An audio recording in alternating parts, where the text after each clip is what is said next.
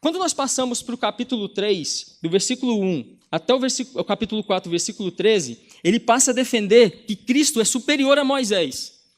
Pense você, Moisés foi o grande líder da nação judaica.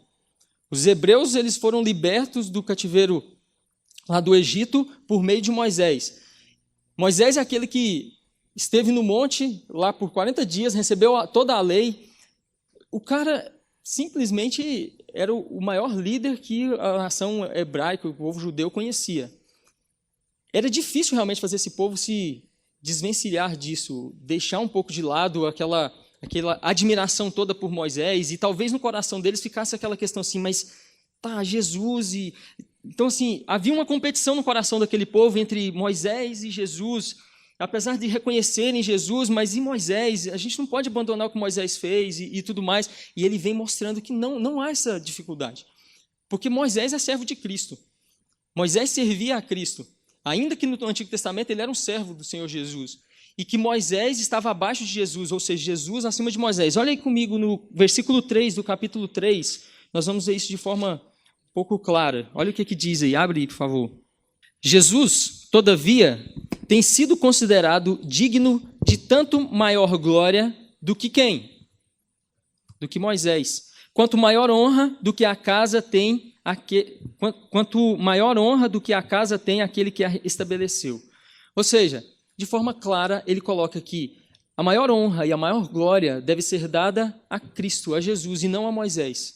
Existia todo um respeito, e o interessante, é maravilhoso você ver o modo como o autor escreve, é que ele fala dos anjos, ele fala de Moisés, ele vai falar, daqui a pouco eu vou falar sobre Arão, a questão sacerdotal, e ele consegue fazer isso, e ele faz uma apologia, ele faz uma apologética em cima disso, sem de forma alguma, que talvez nós podemos pensar assim, mas então ele desmereceu a obra, ele desmereceu o fato dos anjos, de existirem os anjos, ele trouxe um desmerecimento à obra de Moisés. De forma alguma ele faz isso. Ele consegue mostrar Cristo superior aos anjos, Cristo superior a Moisés, Cristo superior a Arão, Cristo superior a tudo, sem desmerecer a obra. Quando ele fala isso daqui, e aí eu estou trazendo versículos apenas para que a gente possa ganhar tempo, mas se você for ler toda a carta você vai ver, ele faz isso sem mostrar, sem de modo algum desmerecer. Olha aqui para você ver, no verso 5 ele fala assim, e Moisés era fiel em toda a casa de Deus, como servo, para testemunho das coisas que haviam de ser anunciadas.